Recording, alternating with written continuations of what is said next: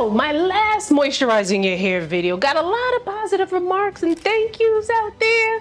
But some of y'all shook your fingers at me saying my video missed the mark and that it was full of misinformation. Alright, so square up, yo. I'm just kidding. Let's talk about it. So today we are setting things straight. We're addressing the misinformation and we're going to be talking about your additional questions that you had about moisturizing locks, moisturizing relaxed hair, how hair porosity and hair density plays into the whole hair moisturization thing. And one of the most burning questions, is Olaplex No. 3 actually a protein treatment? And if you stick around through the end, you will learn how to unlock some bonus information on hair types beyond 4C. Back on the channel to talk about all of this is board certified dermatologist Dr. Crystal Aguh. She is an NIH SOCS, Skin of Color Society, DF supported alopecia researcher, and the author of 90 Days to Beautiful Curly Hair, which I'm gonna link down in the description box. So I spent $75 and read the Black Girl Curls book that a lot of you guys were, low-key kind of demanding that I check out and read. And I did it. It was an excellent read. The book goes into a lot of hair topics such as cutting, styling, coloring, etc. Well worth it to me, might be worth it to you. I'll leave a link for it in the description box. Now, a lot of you guys told me to read that book because, some of y'all was kind of acting like I got Dr. Aguh from the swap meet, like she's not board certified and she ain't got her credentials and stuff, but whatever. But a lot of you guys are telling me to read that book because you were saying that it's in contrast to what Dr. Aguh was saying. However, I read that book and a lot of what was in the book was a lot of what Dr. Aguh is saying. So let me go through some of the confusion and clear it up. So first, some of you, not all of you, some of you might be misinterpreting what is meant by the no oils and no butters movement and misapplied what Dr. Aguh was actually saying in the video. With coconut oil, there are so many different ways they process it. They have like virgin coconut oil, raw, unprocessed. I would generally, focus on oils that are designed to be placed on the hair, right? And so you start to get into a little bit of trouble when you're pulling oils from like the cooking aisle. That being said, sometimes you'll see products that'll say argan oil, and you look at the back and it's actually just dimethicone. And maybe there's like argan oil at the bottom of the list, but that's not an oil, right? Dimethicone has its own like pros and cons, right? That's a silicone. But I think it's important to use things that have one ingredient just so you know what you're putting on your hair. And also if you get an allergic reaction, you know that you're not necessarily, you may not be allergic to the oil, you might be allergic to one of these other products. I frequently see oils that say they're oils and have 20 ingredients in them. And you don't know what they're doing, right? And so I do like single ingredient oils, but I would recommend processed oils that are designed specifically for the hair. Now, there is a difference between raw oils and formulated oils, well-formulated oils that are meant to be used in the hair. And this is very much spelled out in the Black Girl Curls book. Again, I thought it was really a great read, worth the $75 for me. Again, I'll link it in the description box for you to check it out. Now, they were very specific, and I like their description. They were very specific about it. So they're talking about the dirty stinking bottle of raw coconut oil from Trader Joe's, that big old liter of olive oil from Whole Foods, the tub of castor oil, that thing is just so thick that sucker feel like it should go in your car and not on your edges. The tub of solid state raw shea butter from the guy who sells incense. These are the raw oils and butters that they're talking about. They also say they don't hate butters and oils. And to take a quote from the book, to the contrary, there are some dope products that are impeccably formulated that include these ingredients in them. However, there is a difference in the type of oil that is used for cooking versus the type of oil that is formulated to be used in the hair. Now, I'm currently in a cosmetic science program at Spelman, the organic chemistry kind of kicking my butt, but whatever, we're gonna push through. However, in the future, I hope to be able to enhance more of my content with being able to actually show you, maybe, in my own way, what this stuff actually means so that you can understand it better, but stay tuned for that. Now, there was a comment about applying an oil to the hair, not being able to get anything else to penetrate through it after that, but I'm gonna let Dr. Aguh, talk about that. There was a comment about someone saying, well, if you put an oil on your hair, nothing else can penetrate. That's not true, right? So when something can't penetrate, we call that an occlusive agent. The only occlusive agents that we're really coming into contact with are hair greases on the hair. That's petrolatum mineral oil. Those are truly occlusive agents in that if you put that on your hair, it's going to be very difficult to get anything to penetrate. Oils, think about if you, just like you said, if you take a shower and you moisturize with an oil all over, by the next day, your skin's going to be dry, right? If an oil was a true occlusive, not only would it be able to hold on to that moisture well, but like that water would stay trapped forever and you'd never feel dry again. It also evaporates. These are really like humectants. They're called like emollients, right? But they're not occlusive agents. And so also recognize that there's a range. So some oils are very, very light and some are really thick and viscous.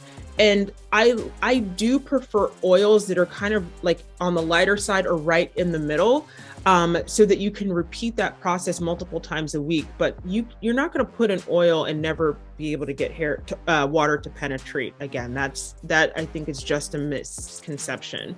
Now, the authors of Black Girl Curls, they said in the book, they're not fond of the LCO, the LOC, and whatever acronyms. They're not fond of the superfluous hair regimens that you'll kind of see on YouTube where people are like, you know, pulling out the eggs and the mayonnaise and all that other stuff to, you know, they wash they in. They're not fond of that. And their reasoning obviously makes sense because their reasoning is you go put on all of these raw oils, raw butters on your hair, and then you try to put a styler in the hair on top of that. That's a lot of products. They may not even work that well together. Now, mind you, I said raw oils and butters, right? You go put a styler on top of that. Your style is probably not going to last, probably not going to come out right. And who wants to waste your time and energy doing all of that, right? Right. Especially if you're looking for longevity in your style. But, and I speak solely for myself, and maybe there's a couple of other you like me out there, you know, if so, let's form together like Voltron. I am hairstyling deficient. I know how to do maybe a cool 2-3 hairstyles on my own. So I'm not likely to use a styler product because I don't know how to style.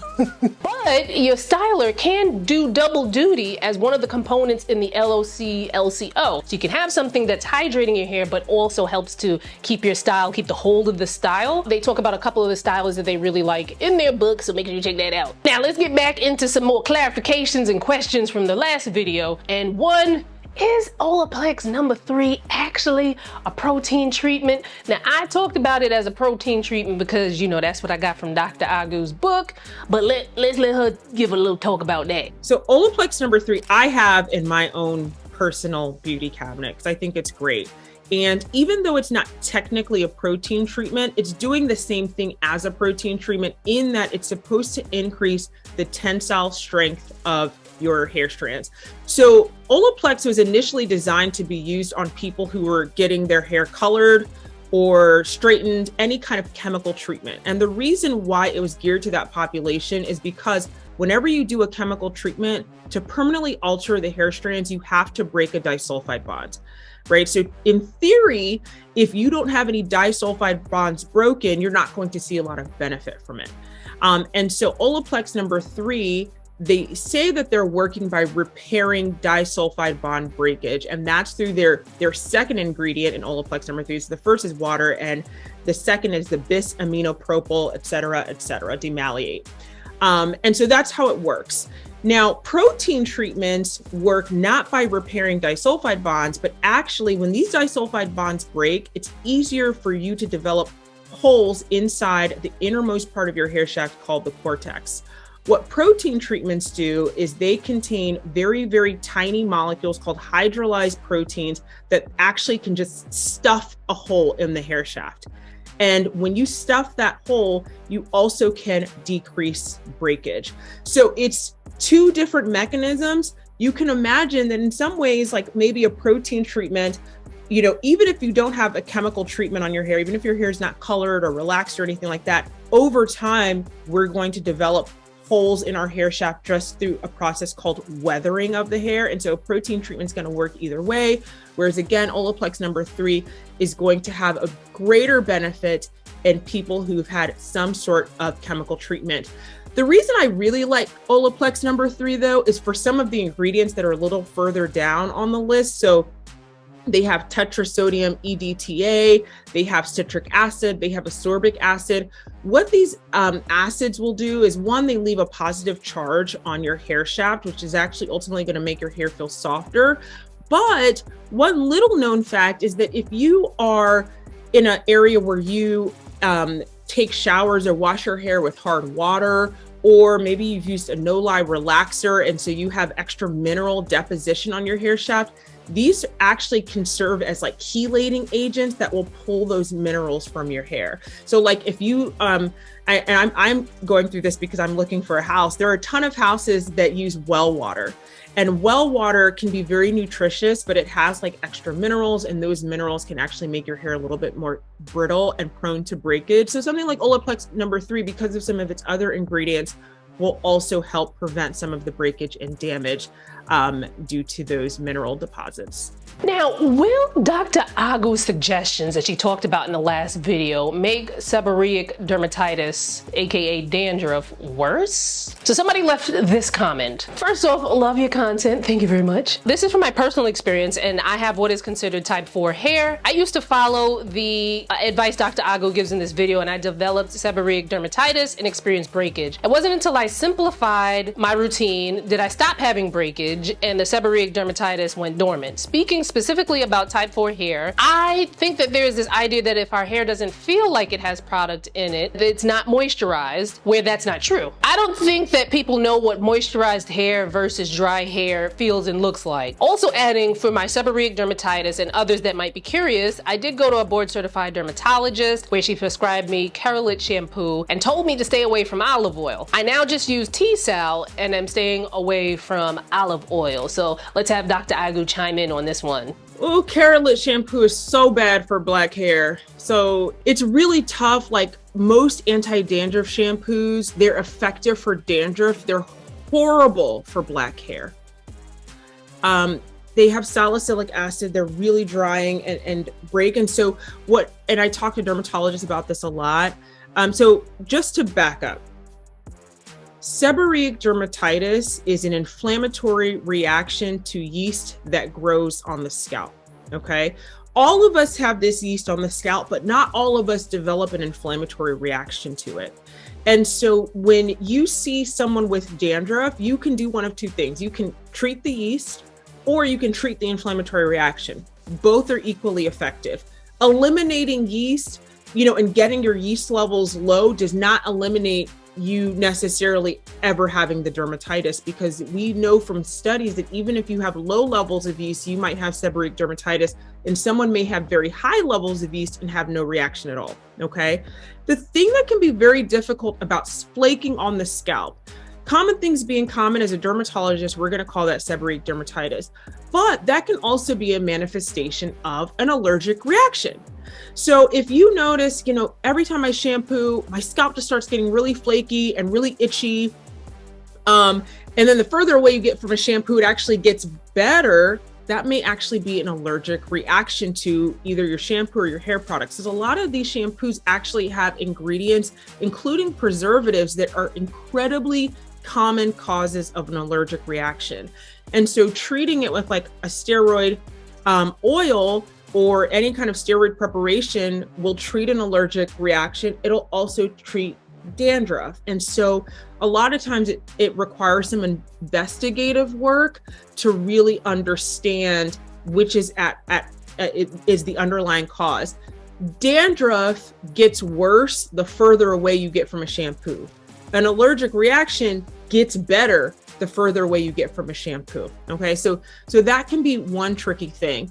For anybody who's listening, and I will die on this hill, if you have curly hair and you have dandruff, I would strongly suggest that you avoid very drying prescription shampoos. Dermatologists are taught to prescribe anyone with dandruff a drying shampoo because it's very effective for straight hair. If you can whisk away all the sebum and pull all the oils away from the hair as much as possible, that actually is an can decrease inflammation and can help people's dandruff improve. If you do that on curly hair, their dandruff will improve and they'll get a ton of hair breakage, because the scalp is very different than the hair. What benefits the scalp does not necessarily mean the hair will benefit. And this is something that takes a lot of time for people to wrap their mind around. The scalp is living tissue, but the hair is not. And so what I recommend for curly hair is if you come in my office, I'm going to prescribe an anti-inflammatory oil or ointment that's going to be like a scalp grease that you can apply to your scalp to help with the dandruff. And then if I do recommend a dandruff shampoo, there are a few brands that I really like. I like the As I Am line, the anti-dandruff line. That is a medicated shampoo that is not too drying for curly hair. I like the Head and Shoulders Royal Oils line. And so I like over-the-counter zinc pyrithione preparations for dandruff, because I want to treat your dandruff, but I don't want all your hair to break off, because then you're going to go from seeing your general dermatologist to coming to see me. And, you know, we're going to be trying to fix two issues when we really could just fix one. Now, what about moisturizing locks? So for locks, I generally try to tell people with locks to avoid butters. And that's because if you have locks, you just can't wash as often. And so you'll just get so much more product buildup. And so I think it's better to moisturize with a light spray, water-based leave-in conditioner spray, followed by a very light oil. One huge benefit of locks is that you don't have to worry so much about hair breakage or even hair shedding, because all of those hairs are reincorporated into locks. So I don't think people with locks have to follow the same recommendations that I mentioned for people without locks, right? So I would not recommend moisturizing 5 to 7 times a week. I think that's too much. But I think, doing that leave-in conditioner spray, a light oil, a couple of times a week at most can be very helpful.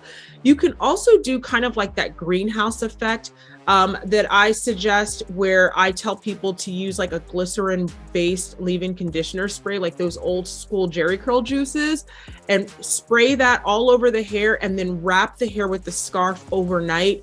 And that is something that can really extend moisture for several days at a time. So that's also something really nice and easy to do with locks. And then finally, I keep saying and then, but I keep thinking of more to say, but this is also a good hairstyle where you can incorporate like a leave-in conditioner and mix a light oil and mix it together and spray it in. Obviously, oil doesn't mix really great with water in a solution, but both ingredients will get onto the hair shaft and can help kind of extend that moisture for longer periods of time as well. Okay, all right. Now, what about moisturizing relaxed hair? So moisturizing relaxed hair. So relaxed hair tends to hold on to moisturizer for longer periods than natural hair.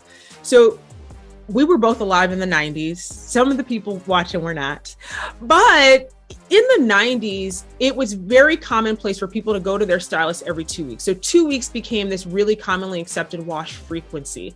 And the reason that was the case is because many Black women relaxed their hair.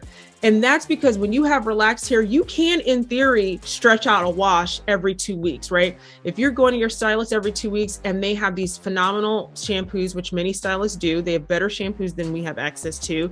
They have these great conditioners, and a lot of times they're doing a conditioner under heat, so that's really a deep conditioner. You can go 2 weeks without touching your hair. And so there are a lot more allowances and flexibility for people with relaxed hair. Now, you don't want to overdo the products, because then you can over moisturize your hair, right? If you're doing butters, I would probably not recommend butters on relaxed hair, because I think it's just generally too heavy.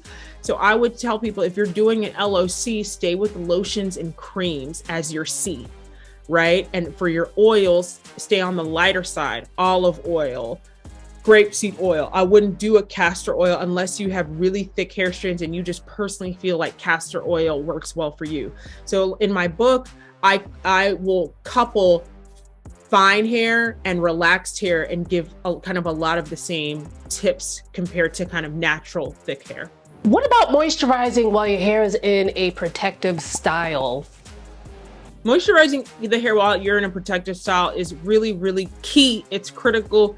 Please do it, even though you can't wash as often. But the way I would recommend doing it, Leave-in conditioner spray with glycerin. If you have if the spray is good enough, you can actually get away with the spray alone, especially because you're trying to weigh like buildup, right? If you're keeping in a style for 4 to 8 weeks and you're not able to wash, like you may or may not want to incorporate an oil. But a leave-in conditioner spray with glycerin, if it doesn't have glycerin, or if it's a little bit on the lighter side, then follow with an oil.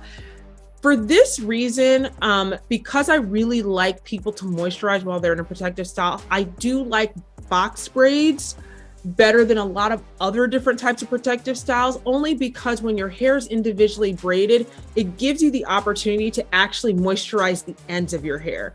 What ends up happening when you do styles like crochet braids or weaves, which crochet braids has an advantage, a different advantage, but like when your ends are tucked in, you can moisturize kind of the tops of your hair, but you still may get breakage if your hair strands feel dry. Yeah, it's getting to summer, so I get it.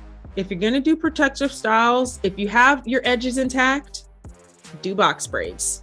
Medium-sized box braids, if are preferable compared to small-sized box braids. If you have issues with your edges, then crochet braids are going to be better than any kind of individual braided styles. The benefit of box braids, again, is that you're going to get less, if you moisturize, you're going to get less breakage and shedding when you take out your style. But certainly a little bit more tension at the hairline. The benefit of crochet braids, you're going to get less tension on the hairline, but you may still get shedding and breakage when you take out your extensions. Now let's talk hair porosity. Is porosity a medical term? Hair porosity is medical. So you know how I spoke about holes in the hair shaft, right? And a hole is porous, right? So if you have more holes in something, it is more porous. And certainly there is this middle range of porosity in your hair's ability to accept water that is beneficial. And one of the things that people notice, for example, oftentimes many women with natural hair, right, that has not been chemically processed, will find that their hair has a difficult time accepting moisture and staying moisturized. Without getting too off topic, this is where I start to bring in my evolution talk, right? And how I talk about the advantage of curly hair in a very hot natural climate in sub-Saharan Africa is that it's supposed to break quickly and break often, so that your hair doesn't grow past your shoulders, it doesn't make you super hot, and it's not super dense, right? As opposed to evolving in a Northern European climate where even if you do nothing, your hair is supposed to easily grow past your shoulders, right? So when you're natural and you have a very tight curl pattern, not accepting water is an advantage, right? But if you're trying to grow your hair longer and you want it to stay more moisturized, that can be very difficult to do. So low porosity is a barrier to growing hair longer, and there's not that much that you can do about it. However, doing things like conditioning your hair with a heat source, which will lift up your cuticles and allow moisture to penetrate a little bit more easily, it's really, really important. It's going to be more important for people who have low porosity hair than for people who have like middle or high porosity hair. High porosity hair, in theory, is damaged hair. If your hair is highly porous, it just means that you have a lot of holes in your hair. And how that manifests is when you deep condition your hair, it may feel really dull and lifeless because it just is constantly weighed down. And how do you fix that? Well, you add in a protein treatment that can fill in the holes, and so it brings your hair from high porosity to middle porosity. So there is scientific evidence behind that. But I think then there's this other question, is how much should that affect your product choice, right? And I don't think that there's enough data to suggest that certain products are better. I do think it's important for people to understand how porosity works, in that it's going to determine how much time they have to spend moisturizing your hair. It is not unusual for people with very tightly curled, I'm talking really tightly curled hair, like a true 4C plus, which is how I kind of talk about it, who will deep condition their hair and the next day it feels like nothing happened, right? this is like a true low porosity hair, and it's difficult to overcome that, and it requires a lot of effort. So does somebody with low porosity need to moisturize more? Yeah. It's harder for your hair to stay moisturized, right? In an ideal sense, you would deep condition in theory, and your deep condition would keep your hair conditioned till the next wash, right? If you wash your hair once a week, if your hair adequately accepts a deep conditioner, you would deep condition your hair and your hair would feel moisturized and have body until the next wash. But when you have low porosity hair, and I know that there are people watching who are just like, oh my God, this is me. You may deep condition your hair, you may do all the right things, and the next day your hair feels like it is so dry and brittle and nothing happened. And for these patients, I'll recommend like the greenhouse treatment, right? Where I'm like, wet your hair, put glycerin, follow with an oil, sleep with a shower cap, then put a scarf over that. And that's something for people with the lowest porosity hair, because it's creating this heat source that your hair is exposed to for hours at a time. And then patients will say, oh, my hair felt moisturized for like 3 days after that, right? But if your hair's not low porosity, you don't have to do all that for your hair to stay moisturized for 3 days. So yeah, so it's very, very tough to overcome. And it's part of kind of just the characteristics of natural hair and why it's designed to behave in a certain way. Now, if you have low porosity hair, the next part that she about to say can either be quite freeing. It's like, oh my God, I've been waiting for someone to say this for the longest time. Or it might get you mad, but either way, go ahead and take a listen. One thing that I know will get me a lot of hate mail, right? And we should talk about the different types of curl patterns that I see in my office, but is one thing that I tell people who have really tightly curled hair, like tightly curled hair that's really kind of off the normal spectrum, is that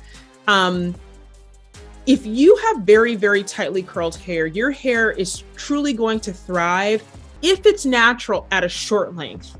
It's very, very difficult to get the most tightly curled hair. And I hesitate to say the word 4C because people hear 4C and they're really thinking about a wide array of curl patterns. But if you have really, really tightly curled hair that's tighter than what we consider an average 4C, you have one of two options, right? And these hair types tend to be very low porosity. You can either maintain a short natural cut, which is gorgeous and it's beautiful, and I see it all the time. And this is how our hair is evolutionarily designed to be worn, especially when it's very tightly curled. Or two, you have the opportunity of, if you want to achieve longer hair and you want to have your deep conditioner and conditioner treatments last, to texturize your hair. And what that does is it brings you from a 4C plus to a 4C. Right? And when you texturize, you're breaking a disulfide bond. So you're weakening it, right? But you're weakening it with the intention of increasing porosity. You're trying to intentionally put a couple holes in your hair shaft so that it's easier to condition. And I know that there is a lot of controversy over that. But believe it or not, I've had patients, and I'm not exaggerating, cry when I have told them that it is okay to texturize their hair, because they have so much breakage at their tightly curled length that they get bald patches, right? Because there's a lot of pressure on us as women, right, to maintain a feminine appearance. And I think it's one thing to have a 4A curl pattern and go natural and still be able to maintain what you consider a feminine appearance and wear your own hair. That is a privilege that not everybody has. And then you have people who are trying to maintain what they consider a feminine appearance, and they desperately want to wear their own hair. They don't want to have their hair in braids all the time, and they don't want to continue to suffer from traction alopecia from doing so. And to achieve that, they have to do certain things. And so it's just, certain realities exist. And so I really try to educate patients as to what are the options that are before them. And there are really pros and cons to everything, but there are certainly pros and cons to being natural, just like there are pros and cons to being relaxed. Now, all of this moisturizing stuff ain't gonna do you none if your protective style is jacked. We're talking all about that in this next video. I also have an unlisted video that you can only access via the link in the description. It's a side convo that Dr. Aguh and I had about breakage and hair types beyond 4C. Now, for more information, make sure you check out Dr. Aguh's book as well as Black Girl Curl's book. I'll have the link to both in the description.